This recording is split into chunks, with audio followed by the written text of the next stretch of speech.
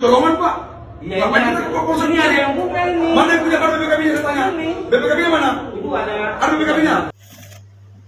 Oke, assalamualaikum warahmatullahi wabarakatuh. Ketemu lagi dengan saya Lancar Pandapetan Sinaga Sarjana Hukum. Saya mau menanggapi terkait adanya penarikan paksa dari debt collector ya, yang dimana mobil salah satu selebgram yang bernama Clara Sinta, yang persisnya mungkin kejadiannya itu di daerah Jakarta, tapi saya tidak tahu tepatnya di daerah Jakarta mana. Oke, jadi gini, saya sangat apresiasi atas kehadiran polisi pada saat itu karena memang keadaannya sudah sangat kisruh, yang dimana memang debitur tersebut memang harus mendapat perlindungan ataupun pendampingan khusus, khususnya kepada Pak polisi yang hadir pada saat itu. Saya sangat mengapresiasi.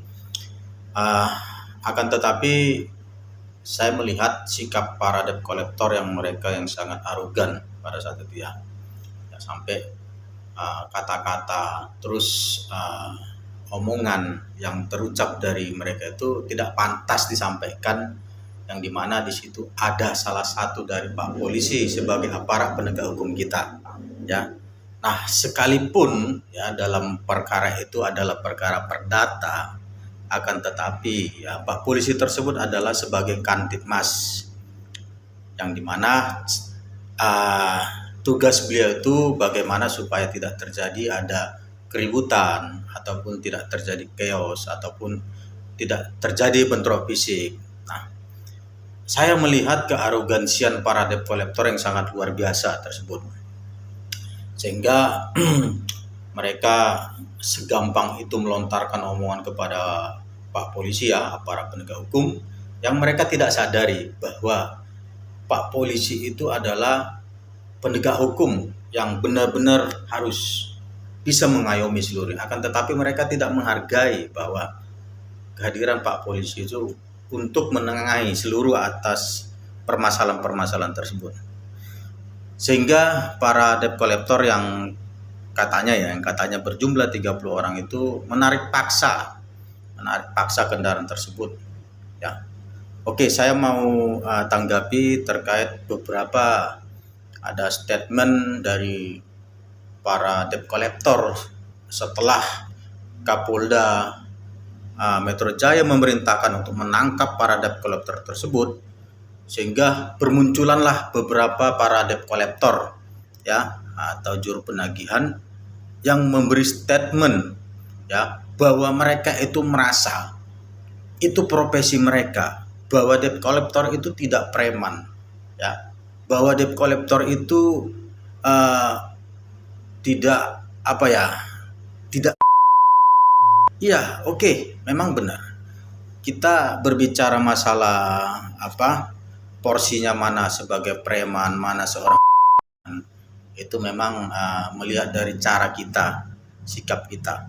Akan tetapi praktek di lapangan yang banyak terjadi ya, bahwa debt collector itu selalu memakai kata-kata yang kasar, kekerasan, bahkan sampai mengancam, sehingga masyarakat seluruh rakyat Indonesia ini wajar berasumsi bahwa cara-cara yang disampaikan, cara-cara penagihan mereka itu adalah cara-cara premanisme ya. Jadi kalau mereka mengatakan ya kita bukan premanisme, kita ini bukan orang jalanan, benar, akan tetapi praktek di lapangan bahwa Anda itu dalam hal melakukan penagihan ya, dalam hal melakukan penarikan dengan cara-cara kekerasan, intimidasi ya, tipu daya, bahkan sampai memaksa kendaraan tersebut harus dibawa ya. Jadi ada juga beberapa statementnya para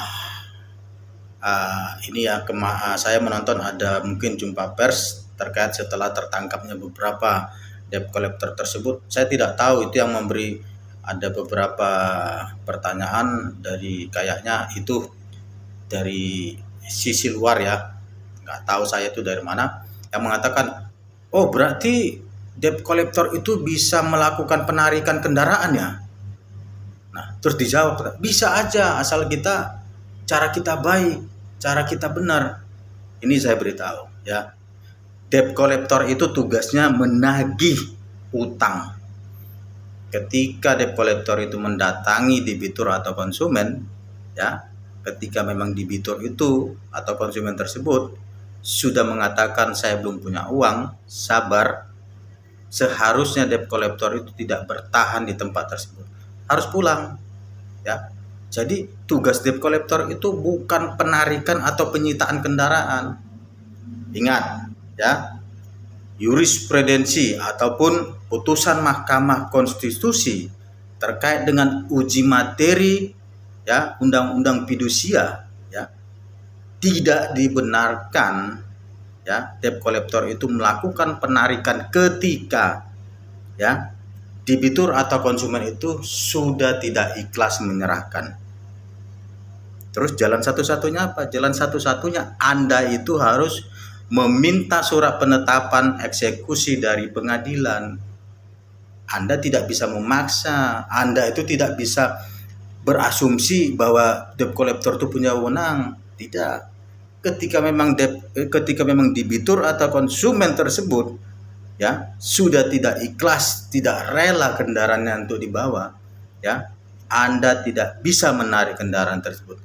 Akan tetapi upaya yang Anda lakukan adalah, ya, meminta surat dari pengadilan untuk mengeksekusi kendaraan tersebut. Itulah hukum yang sesungguhnya, ya. Negara ini adalah negara hukum, ya, yang dimana semua punya aturan, ya.